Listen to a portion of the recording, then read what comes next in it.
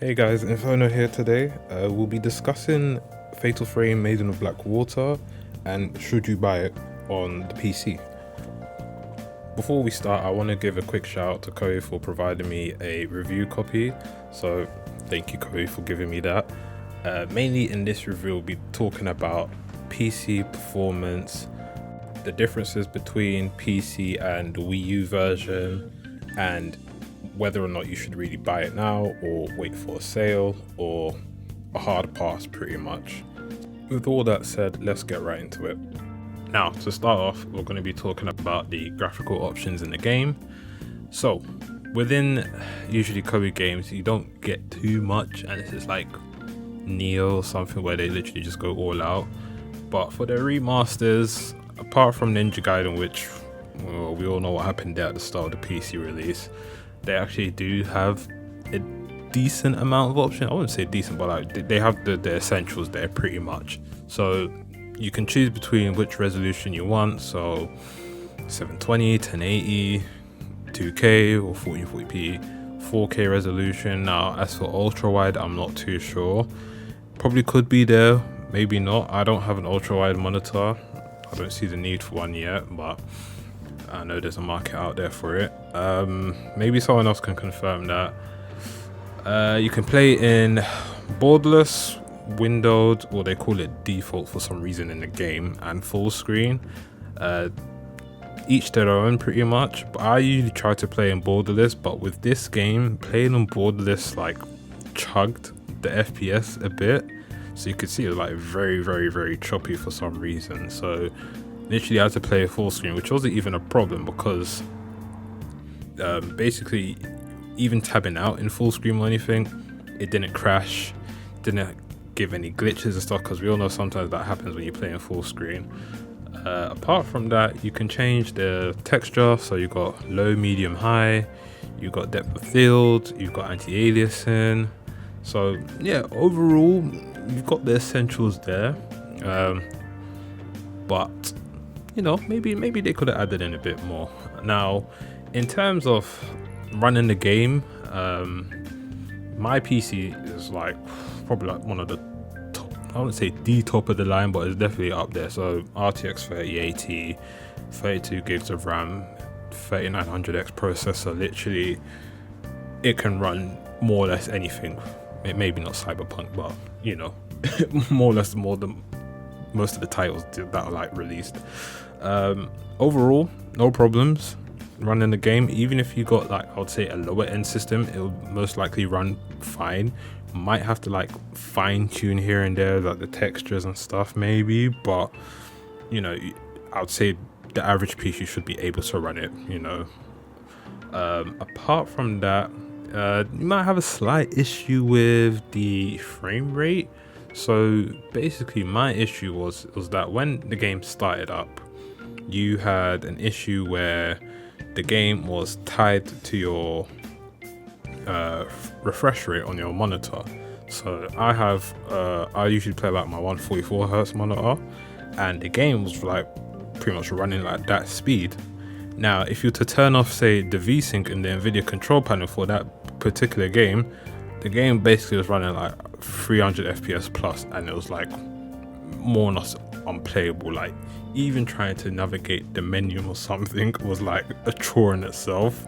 So hopefully they do like patch it or something, but basically the way to like mitigate the issue is just to go to your NVIDIA control panel, select the game, or basically you have to add the game to the list first, and then just set the frame rate to 60 FPS, and then you're done. So yeah, that's the only issue that I had, but apart from that, the game was pretty much running solid on my machine.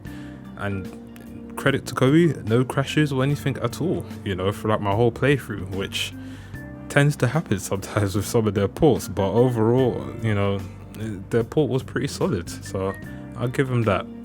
Now, a few things that they could have added into the game for like the PC was basically what refresh rate or FPS you want to play on, which would have been very helpful in this case.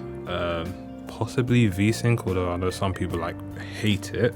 again, could have been helpful for that issue that I was just talking about.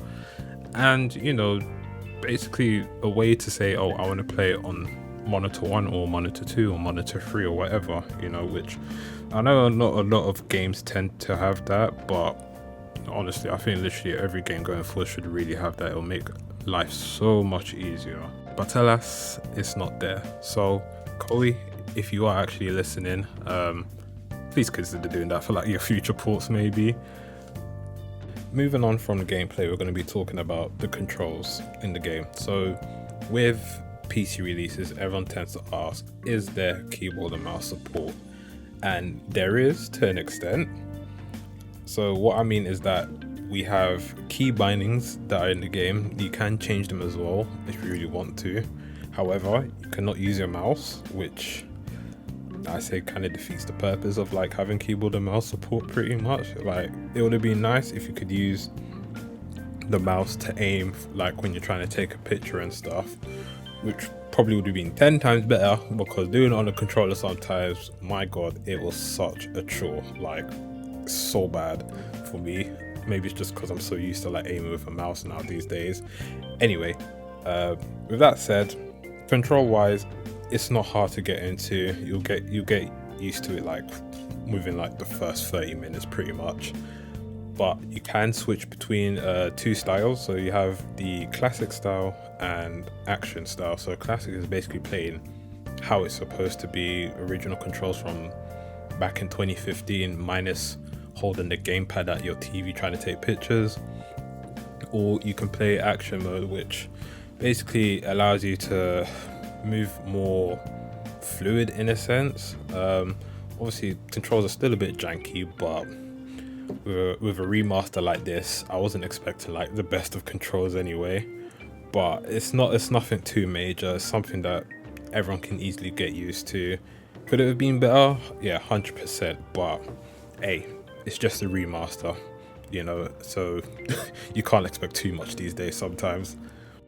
Now, my personal preference was basically playing on a controller for this, mainly because it's not too action. Obviously it's a horror game and everything, but if you really want to play with keyboard and mouse, be my guest and try it, but you probably won't enjoy it as much. If anything, you'll probably be more frustrated in a sense.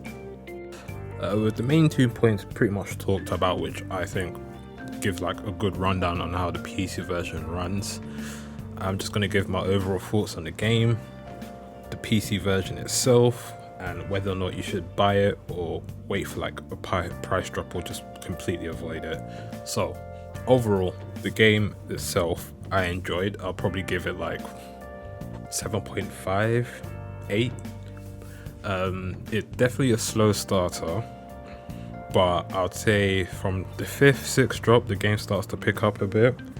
Now, in terms of it being like scary, jump scares and all that stuff, yeah, you have your few moments there, especially where you're playing as one of the protagonists named Ren. There's one part where you have to basically like do surveillance in the place that you're staying at, with like all the other girls and stuff sleeping. And there are times where like I did kind of get shook. It didn't help that I was playing at like 1 in the morning, but yeah, those parts, yeah, I think they get to me. But when you're like out in the field and stuff, it's not too bad. Like, you kind of know what you're expecting outside. Now, in terms of the PC port itself, I actually was very surprised that there was like no issues, especially like playing in full screen and tabbing out. Yeah, you have the issue of playing on borderless, which chugs a bit. Like, you can see it's like not fully 60 FPS, it's like just chopping everywhere pretty much. Apart from that, no bugs. Yeah, you might have to limit your frame rate in the NVIDIA control panel for the game until like maybe they patch something in or something. I don't know what they're gonna do. Hopefully they do that, so it just saves people time and the headache of like, oh, why is my game running at like 300 FPS pretty much. Now, in terms of if you should buy it, I would say go for it. Like, it's a good remaster. It's not the best, but it's not the worst. So in that middle ground, probably a bit higher than the middle ground. Overall, you'll get your money's worth. Story's not too long. It's like what, 10. I finished in like 10 hours or so, even with the extra content after the main game. But it's more about like replayability, earning the costumes, going for like hidden items you might have missed. You know, so if you're going with like 100% and stuff, the game probably get you like 20 hours or a bit more overall. Now obviously the game is going to be full price, which is Koei's specialty pretty much. But overall I enjoyed the game and I believe everyone should give it a shot. So thanks for listening, everyone. If you've got any questions, you know where to find me. Twitter, I'm always there. Like I said, Twitter, I'm always there pretty much. Discord, I'm there as well. But yeah, drop a comment and I'll respond. So yeah, thanks for listening, everyone, and I will catch you guys later.